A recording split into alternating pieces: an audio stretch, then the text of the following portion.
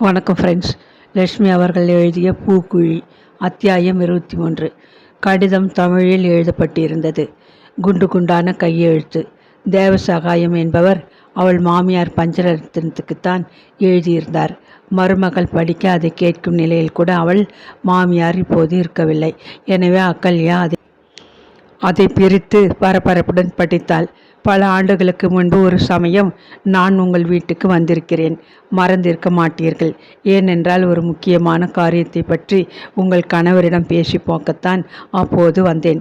அதை பற்றி பின்னர் உங்களிடம் விவரமாக அவர் தெரிவிப்பதாக ஒப்புக்கொண்டிருந்தார். அப்படி செய்திருப்பார் என நம்புகிறேன். திருநல்லூர் கிராமத்தில் மருத்துவ தாதியாக வேலை பார்த்த உங்கள் வீட்டுக்கும் வெகு காலம் மருத்துவ தாதியாக உழைத்து காலமாக்கிவிட்ட அற்புதமேரியை நினைவிருக்கும் என்று எண்ணுகிறேன். நான் அந்த அற்புதத்தின் கூட பிறந்த அண்ணன். பம்பாயில் கொலாபாவில் வக்கீல் தொழில் செய்கிறவன். தங்கள் குடும்பத்திலே பல ஆண்டுகளுக்கு முன்னர் சமையல்காரியாக இருந்த காசாம்பூவை நீங்கள் மறக்கவே முடியாது. காரணத்தை அதிகம் விவரிக்க தேவையில்லை. காசாம்பூவுக்கும் தங்கள் கணவனுக்கும் ஏற்பட்ட தொடர்பை பற்றி ஆரம்பத்தில் உங்களுக்கு தெரிந்திருக்க முடியாது. பின்னர் தெரிந்து கொண்டு விட்டீர்கள் என்பது உண்மை. காசாம்பூவுக்கு பிறந்த குழந்தைகள் இரட்டையர் என்பது யாருக்குமே நீண்ட காலம் தெரியாதிருந்தது. காசாம்பு கர்ப்பமாகி இருக்கிறாள் என்பதை உணர்ந்ததும் குழந்தை இல்லாத கனக சபைக்கு ஓர் எண்ணம் ஏற்பட்டது. பிறகு போகும் குழந்தைக்கு அவர் தானே தந்தை.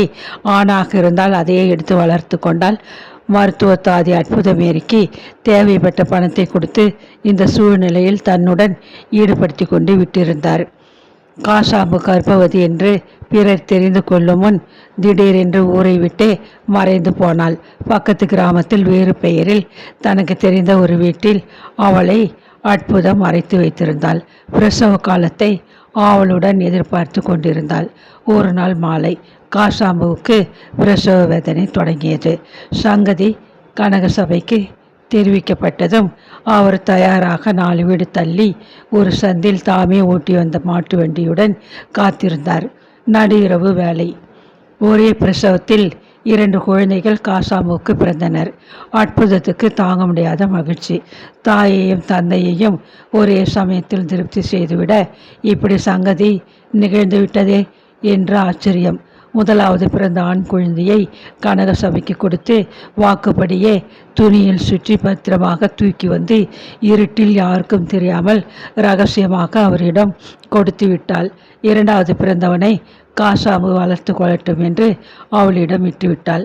கனகசபைக்கு உண்மை தெரிந்தால் ஆபத்து என்று பயந்து பெற்றவுடன் உடல் தெரியதும் பம்பாயிலிருந்து என் வீட்டுக்கு சமையல் வேலை செய்யும் ஆளாக குழந்தையுடன் சிபார்சு கடிதத்துடன் அனுப்பிவிட்டாள். அற்புதத்துக்கு சில ஆண்டுகளுக்கு பின்பு உடம்புக்கு முடியாமல் போய்விட்டது. அப்போதுதான் எனக்கு இந்த உண்மையை விவரமாக எழுதிவிட்டிருந்தாள். எப்படியாவது நான் கனக சபையை சந்தித்து பேசி காசாம்புவின் இளைய மகனுக்கும் சொத்தில் ஒரு பங்கு வாங்கி தந்து உதவ வேண்டும். இல்லாவிடில் குழந்தைகளை ஆளுக்கு ஒரு மூலையாக பிரித்து வைத்த பாவம் தன்னை வருத்தும். தன் ஆத்மா சாந்தி அடையாது என்று புலம்பியிருந்தாள். எனக்கு இதை உடனடியாக கவனிக்க இயலவில்லை. கொஞ்சம் காலம் கழித்து தான் நான் உங்கள் கணவரை நேரில் வந்து இது சம்பந்தமாக சந்தித்தேன். நான் ஒரு வக்கீல் என்பதினாலோ அல்லது அவர் மனசாட்சி உறுத்தியதாலோ வார்த்தைகள் தடித்த பின்னர் என் நிபந்தனைகளுக்கு ஒப்புக்கொண்டார். தம் இளைய மகனது படிப்புக்கு கணிசமான தொகை கொடுத்து உதவினார். பிறகு அவன் வளர்ந்த ஆளானதும் தம் சொத்தில் ஒரு பகுதியை கொடுத்து அவனை வாழ வைக்கவும் சம்மதம் தந்தார். அவர் இப்போது உயிருடன் இல்லை என்பதை குறித்து வருந்துகிறேன். இந்த கடிதத்தை கொண்டு வருகிறவன் காமேஸ்வரன் என்று பெயர் கொண்ட அவரது இளைய மகன். 2 குழந்தைகளும் ஒரே கருவில் தோன்றினவர்கள் என்பதனால் கண்ணாடி பிரதிபலிக்கும் பிம்புகள் போல ஒரே அச்சாக இருப்பார்கள். உங்கள் வளர்ப்பு மகனைப் போலவே இவன் அதே உயரம், மூக்கு, விழிகள் என்று ஒற்றுமையான தோற்றத்தில் இருப்பான். சற்றென்று இவனை பார்த்ததுமே நீங்கள் தெரிந்து கொள்வீர்கள். உங்கள் கணவர் தம் வீலில் இவனுக்காக ஏதேனும் சொத்து ஒதுக்கி வைத்திருந்தால் தயவு செய்து அதை கொடுத்து காமேஸ்வரனை வாழ வையுங்கள். அவர் தமது வாக்கை காப்பாற்ற மறந்து விட்டிருந்தால் நீங்களாவது தக்க ஏற்பாடுகள் செய்ய முன்வர வேண்டும். ஒரு பெண்ணை அநியாயமாக அழித்து ஒதுக்கிவிட்ட பாவத்துக்கு பரிகாரம் தேட வேண்டியது அவசியம் என்று பெண்ணான நீங்கள் கட்டாயம் உணர்வீர்கள். தயவு செய்து காமேஸ்வரனுக்கும் கருணை காட்டுங்கள். இப்படிக்கு தங்கள் தேவசகாயம். கடிதத்தை படித்துவிட்டு கையில் பிடித்திருந்த அந்த பத்திரிகை தாளையும் விரித்து கோடிட்டிருந்த செய்தியையும் படித்தாள். என்ன கட்டுப்படுத்தியும் அவளையும் மீறி கண்ணீர் பொங்கி கன்னங்களை நனைத்தது. கரங்கள் நடுங்கின. கடலில் மூழ்கி இறந்து போனதாக பத்திரிகையில் சொல்லும் இந்த வாலிபர் என் கணவர் என்று எப்படி நிச்சயமாக சொல்ல முடியும்? ஆத்திரத்துடன் கேட்டாள். அவளது நெஞ்சு அந்த சமயமே வெடித்து சுக்கலாக்கி விடும் போல் படியர் என்று அடித்து கொண்டது. இப்படிப்பட்டதொரு பெரும் சோதனையா அவளுக்கு அவள் ஆத்தா முத்துமாரி கொடுப்பாள்? இல்லை இல்லை, இது தவறாகத்தான் இருக்க வேண்டும். தாயே, என் கணவனை காப்பாற்றி கொடு அம்மா. உன்னால் ஆகாத அற்புதம் இல்லையே. மனமோங்கி கூக்குரலிட்டு புலம்பியது. நீல நிற நீச்சலுடையில்தான் ராஜ்குமார் கடலில் இறங்கினான். எத்தனையோ பேர் அந்த மாதிரி உடை அணிந்து கொண்டிருக்கலாமே. முகம் தெரியாது போயிருந்ததாக பத்திரிகை சொல்கிறது. நீ நேரே அவர் உடலை பார்த்தாயா? அவள் தொண்டையை துக்கம் அடைத்தது. பார்க்கவில்லை. உயிரோடு இருந்தால் இத்தனை நாளைக்கு இங்கே வந்திருக்கலாமே. ராஜ்குமார் இறந்து போனது உண்மை. அதனால் அவன் முடிக்கும் முன் அகல்யா ஆத்திரத்துடன் நிறைந்து கத்தினாள். அதனால் தான் அண்ணனை போல வேஷம் போட்டுக்கொண்டு இப்படி ஒரு மோசடி செய்ய துணியோடு இந்த வீட்டுக்குள்ளே வந்தியா? கோபத்துடன் கொதித்தாள். கனகசபை என்னையும் என் தாயையும் எப்படி மோசம் செய்திருக்கிறார்? அதை பற்றி யாராவது யோசித்து பார்த்தார்களா? உண்மை தெரிஞ்ச நாளிலிருந்து எனக்கு பஞ்சரத்னம் அம்மாள், கனகசபை, ராஜ்குமார் 3 பேர் பேரிலும் வெறுப்பு. என்னையும் என் தாயையும் வறுமையில் வாடவிட்டு நிம்மதியாக இருந்த கனகசபையின் நெஞ்சை பிளந்து உதிரத்தை குடிக்கணும்னு ஒரு வெறி.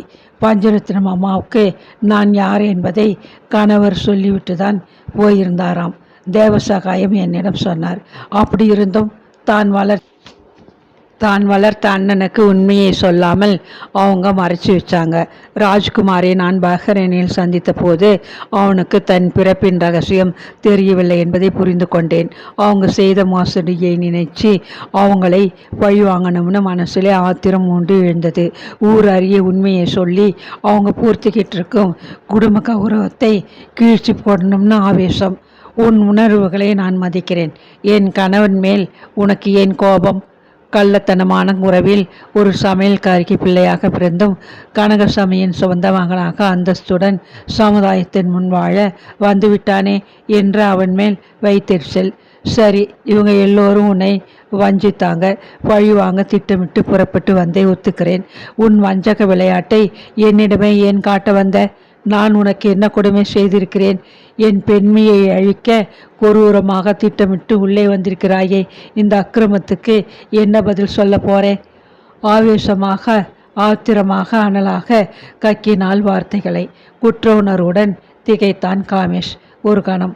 நான் செய்தது மாபெரும் தவறுன்னு இப்போத்தான் புரிகிறது. என்னவோ கணக்கு போட்டு கொண்டு வந்தேன். எங்கேயோ போய் அது நிற்கிறது. நான் இது சமயம் ஒன்று தான் செய்ய முடியும். இன்னைக்கு ராத்திரியே இந்த இடத்தை விட்டு யாருக்கும் தெரியாமல் மறைஞ்சு போயிடுறேன். உன் அண்ணனை போல வேஷம் போட்டு நடித்து எல்லோரையும் நம்ப வச்சுட்டு இப்போ அந்த நம்பிக்கையை நழுவ விட முடியுமா? இந்த நாடகம் இன்னும் கொஞ்சம் காலம் தொடர வேணுமே. எனக்கு புரியலையே. புரியபடி சொல்கிறேன்னு கேட்டுக்கோ. உன் அண்ணன் நாளைக்கு நடக்க போகும் தீமிதியில் நடப்பதாக வேண்டுதலை, அந்த பிரார்த்தனையை நீ செய்து முடிச்சாகணும். அப்போ தான் உன் மோசடி அம்பலமாகாது. உன் மனசில் எழுந்த பாப எண்ணங்களுக்கும் ஒரு பரிகாரமாக இருக்கும். ஐயோ, என்னால் முடியாது. தீக்குழியில் இறங்கினா வெந்து செத்து போயிடுவேன். நான் மாட்டேன். காமேஷ் கலவரத்துடன் அரற்றினான். மாட்டேனா? யார் விட போறா? பூசாரி உன் கையை பிடிச்சி தரன்னு இழுத்து கொண்டு கூட நடக்கும்படி ஏற்பாடு செய்திடுவேன். உன்னை பற்றின விவரமான கடிதாசியை என் கையில் கொடுத்திருக்க. இதை இப்போவே போலீஸில் ஒப்படைச்சு உன் மோசடியை அம்பலப்படுத்தினால் நினைச்சுப்பார். அதனால் ஏற்பட போகும் அவமானம், வழி சொல் எதற்கும் நான் பயந்தவள் இல்லை. உன்னை விட ஒரு பங்கு அதிகமாகவே எனக்கு துணிச்சல் உண்டு, தெரிஞ்சுக்கோ.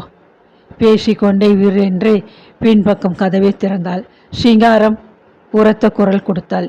ஆத்திரமும் அழுகையுமாக ஒலித்த அந்த குரலில்தான் இப்பொழுது எத்தனை கம்பீரம். முகத்தை முன்றாணியால் அழுத்தி துடைத்து கொண்டாள். அவன் பக்கம் மீண்டும் திரும்பினாள். நான் கெட்டவனை ஆத்தாளின் பாதத்தில் வச்சுட்டேன். இனி கொடுப்பதும் எடுப்பதும் அவள் கருணை. ஆனால் நான் வேண்டிக் கொண்டபடி பூக்குழியில் நிச்சயமாக இறங்கிடுவேன். உன்னை பொறுத்தவரை தாயாக கருத வேண்டிய அண்ணன் மனைவி மேலே கொண்ட தீய எண்ணத்தை நெருப்பிலை போட்டு பொசுக்கு. நீ கட்டாயம் பூக்குழியில் இறங்கித்தான் ஆக வேண்டும். மனசிலே மாசு இல்லாட்டா வறட்சி ஏற்படாது. பாவ எண்ணங்களுக்கு நீ மன்னிப்பு கேட்டாக வேண்டும். நான் ஆத்தாளை துதிப்பாடி முன்னால் இறங்கிறேன். நீயும் அவளையே நினைச்சுக்கிட்டு இறங்கு.